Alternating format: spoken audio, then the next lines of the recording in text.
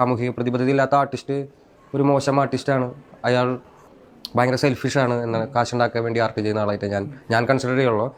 ഇതെൻ്റെ അഭിപ്രായമാണ്, എല്ലാവർക്കും അത് ഉണ്ടാവണമെന്നില്ല. അപ്പോൾ സാമൂഹിക പ്രതിബദ്ധത ഇല്ലാത്ത ആർട്ടിസ്റ്റ് മോശം ആർട്ടിസ്റ്റായിട്ടാണ് ഞാൻ കാണുന്നത്. ഞാൻ ഒരു നല്ല ആർട്ടിസ്റ്റ് ആവാൻ വേണ്ടി ശ്രമിച്ചുകൊണ്ടിരിക്കുക. അപ്പോൾ വേടൻ ഒരിക്കൽ പറഞ്ഞു, ജീവിതകാലം മുഴുവൻ മണ്ണിൽ പണിയെടുത്തിട്ടും വേടൻ്റെ അച്ഛനും അമ്മയ്ക്കും ഒരു തുണ്ട് ഭൂമി പോലും സ്വന്തമാക്കാൻ കഴിഞ്ഞില്ല. കേരളത്തിലെ രൂക്ഷമായൊരു വിഭവാധികാര പ്രശ്നത്തെ കൂടിയാണ് വേടൻ അഡ്രസ്സ് ചെയ്തത്. വേടൻ ഇന്ന് ഒരുപക്ഷെ പണം ഉണ്ടായിരിക്കാം, വേടൻ ഇന്ന് ഭൂമി വാങ്ങാൻ സാധിച്ചേക്കാം, അല്ലെങ്കിൽ വീട് വെക്കാൻ സാധിച്ചേക്കാം. പക്ഷേ വേടൻ്റെ അച്ഛനും അമ്മയ്ക്കും അതിന് കഴിയാതിരുന്ന ആ ഒരു സിസ്റ്റം അത് ഇന്ന് ഇവിടെ നിലനിൽക്കുന്നുണ്ട്. അപ്പോൾ ആ ഒരു സാഹചര്യത്തോട് വേടൻ എങ്ങനെയാണ് പ്രതികരിക്കുന്നത്, എങ്ങനെ തോന്നുന്നത് ആ ഒരു സിസ്റ്റം ഇപ്പോഴും ഇവിടെ എക്സിസ്റ്റ് ചെയ്യുന്നു എന്നുള്ളതിൽ? കേരളത്തിൽ ദളിത് ആദിവാസി ജനങ്ങളുടെ മാറ്ററിനെ കുറിച്ച് നമ്മൾ എവിടെയെങ്കിലും സംസാരിക്കുകയാണെങ്കിൽ തന്നെ നമുക്ക് കൗണ്ടർ വയ്ക്കാൻ വേണ്ടി എടുത്തിടുന്ന ഒരു വാക്കാണ് കേരളത്തിലാണ് ഭൂപരിഷ്കരണ നിയമമൊക്കെ നടന്ന് മനസ്സിലായോ? അത് ഒരു പ്രത്യേക വിഭാഗം ആൾക്കാരാണ് അത് ചെയ്യുന്നത്. പ്രോപ്പറായിട്ട് ഭൂപരിഷ്കരണ നിയമം ആർക്കാണ് ഉപകാരപ്പെട്ടത് എന്നുള്ളതിനെക്കുറിച്ച് ഒരു ചെറിയ സ്റ്റഡി വെറുതെ യൂട്യൂബൊക്കെ സെർച്ച് ചെയ്ത് കഴിഞ്ഞാൽ തന്നെ നമുക്ക് മനസ്സിലാവും.